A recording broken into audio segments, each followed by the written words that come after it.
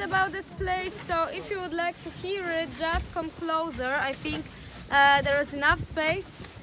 If you don't want to hear it, it's also okay. I'm not gonna take it personally, but please don't be noisy.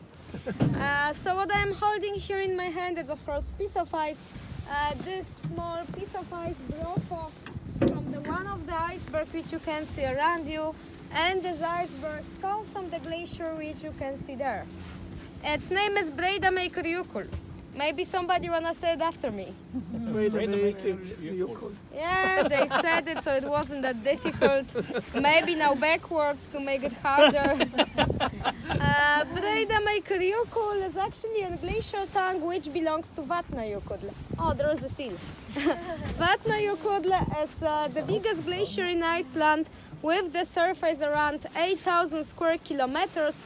It's 10% of the whole country, and it's also the biggest glacier in this area in Europe. But it used to be bigger, like 100 years ago. The edge of the glacier, which you can see there, was reaching till the bridge where we came from.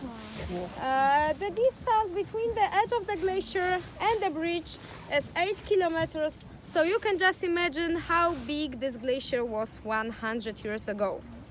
That's why also this lagoon is so young. It is only 80 years old, and it started to form in 1930 because of the glacier melting and retreating of the glacier edge. This process, unfortunately, is constantly, what means that glacier is still melting and the edge of the glacier is retreating every 300 meters every year. There was prediction that in 200 years or even 150, Jökulsárlón gonna melt it completely. So in case you wanna visit this place in 150 years, I would recommend you to book tickets right now, because it's always very crowded here. Instead of the glacier there, you're gonna see 20 kilometers long fjord, and this lake gonna be of course bigger.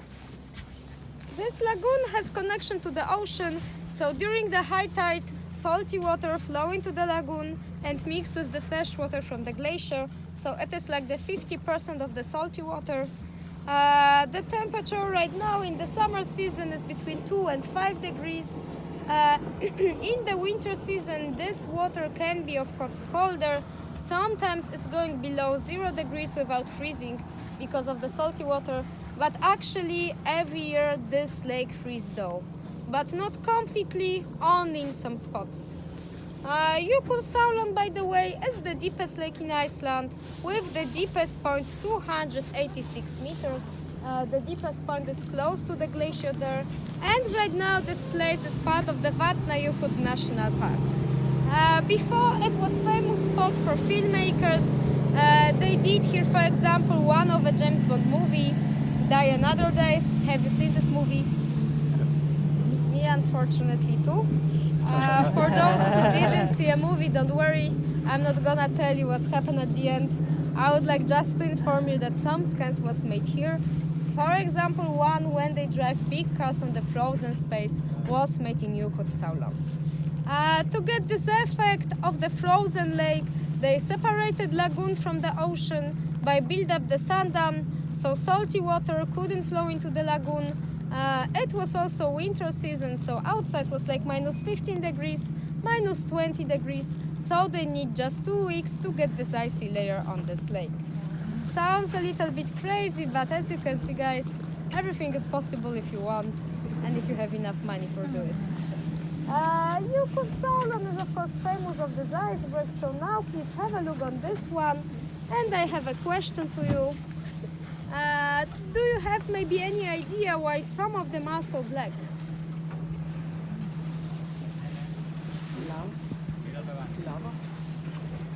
Oh yes, actually yes. This is the correct answer, 1 point for Gryffindor. Unfortunately, I don't have any prize for you. I can give a small applause. Black color comes mostly from the volcanic ash. It can be also sand and rocks which glacier took with during moving. What's interesting, this black ice you can see only here in Iceland. If you go to Greenland, Alaska or Argentina to see a glacier, you're not gonna see such a big black spots on it. That's why also Jökulsárlón is melting so fast, because black color is absorbing much more light. On some of the iceberg you can also see the blue color. This is actually an optical illusion.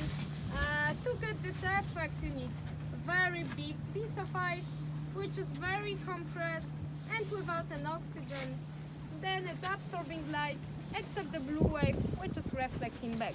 Blue wave is reflected back because it's too short to go through the structure of such compressed ice without an oxygen. For example, on the smaller piece of ice you cannot see any color. It's totally transparent because whole light can go through it. And also, if you have a look on it, later I'm gonna give it to you, you're gonna see a lot of air bubbles inside. When air bubbles go inside the structure of the ice, it's getting to be white. That's why some of them are blue and some of them are white. It's about the light and oxygen. You can see only 10% of these icebergs, 90% is below the water. They are moving all the time on this lake. You can see it especially during the windy days. They are also rotating, so sometimes what was below the water flip up. Some of them, especially smaller pieces, are flowing to the ocean and end up on the diamond beach. You can also see some of them there. And also there is a lot of fishes living here in this lake. So not only cameras, iPhone, iPods, which people drop to the water, but also salmon, trout, krills, herrings. That's why also seals like to come here. It's a real paradise for seals because from the one hand there is a lot of fishes, so a lot of eating for them, and from the other hand the channel between the ocean and the lake is too small for the bigger predators like whales and orcas, so they cannot come here. So actually nothing endangers the seals.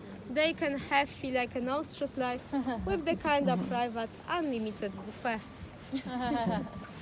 That's it from me. Do you have maybe any question?